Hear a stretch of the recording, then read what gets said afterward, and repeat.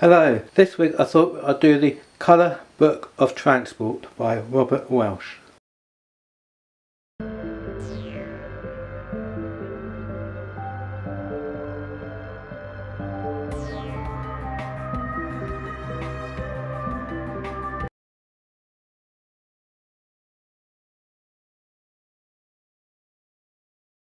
Okay, I'll quickly show you around the book. Got a nice, I'm not sure where that is, a nice big steam locomotive. Don't know if it actually says. Back jacket photograph, Victor hand. No, it doesn't say. But it's all about, as you can see, different types of different transport. Got horses, cars, specialist vehicles, ships, aircraft, military transport and rail.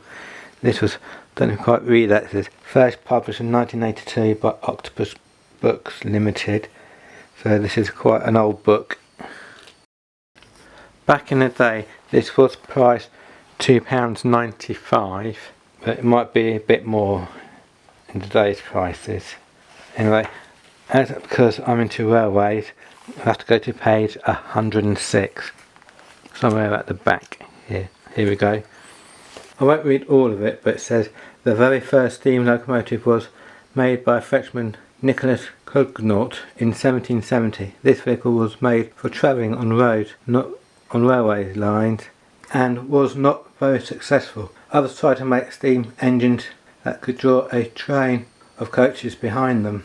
It does mention other, like Richard Turek and George Stephenson, the men of the world recognised as the father of the railways. It says that steam locomotive there was one of the last steam locomotives used in Java by the Indonesian State Railways. Now we've got a photograph of the Puffing Billy, built in 1813 to hold coal wagons.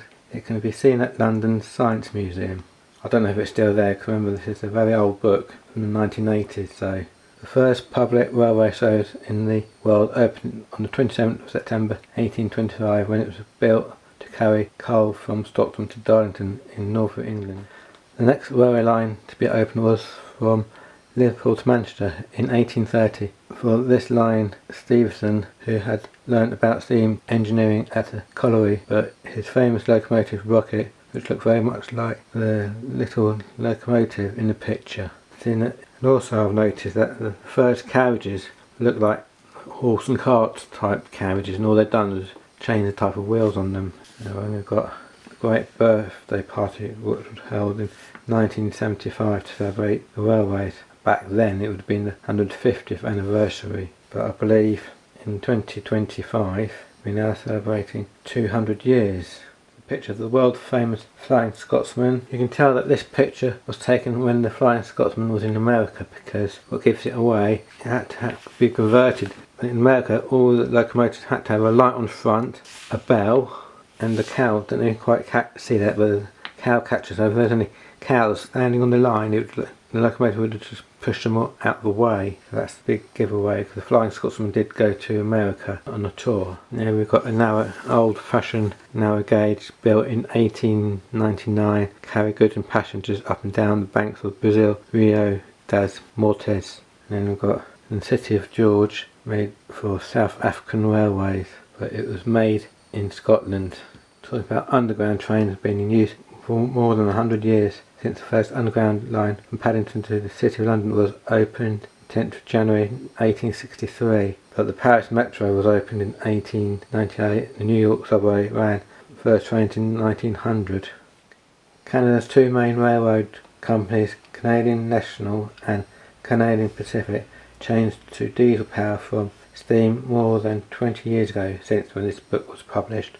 The great long haul coal or wood burning trains to the pioneer days gave way to the more efficient diesel electric locos. In 1973 the fast Montreal Tornado turbo trains were remodeled into even more advanced units of 9 cars. These trains had 5 aircraft type gas turbines. Each of these huge engines could be charged in less than 2 hours. Quiet and comfortable trains can now cover 539 kilometres, 335 miles from Montreal to Tornado in just 4 hours and 10 minutes, including 2 stops on the route. Look at these 2 locomotives snaking them away. This was in Germany from the Volkswagen car factory, carrying loads of cargo of golf cars and other loads of similar polo saloons.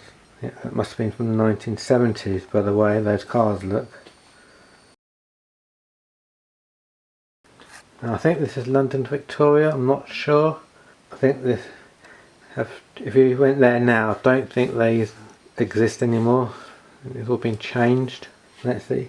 HST high speed train, 125 miles an hour. But now the APT, the Advanced Passenger Train, has been tested and promises to be far ahead of the HST. But now that's been and gone, remember, because it's from the 1980s. This book. On a very slow railway, the cable car, to the French TGV, the French version of the HST, I suppose.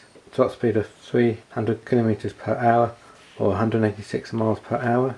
And that's from Switzerland, running along the edge of sheer cliffs. So that's it, that's my little review of this coloured book of transport. I'll quickly see, you've got aeroplanes, ships,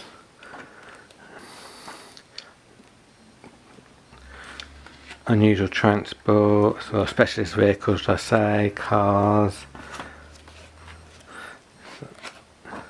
horses. So that's it really, just a quick video really. Hope you enjoyed my little book review, and I'll see you in my next video. Don't forget to like and subscribe and comment down below. Thank you. Bye.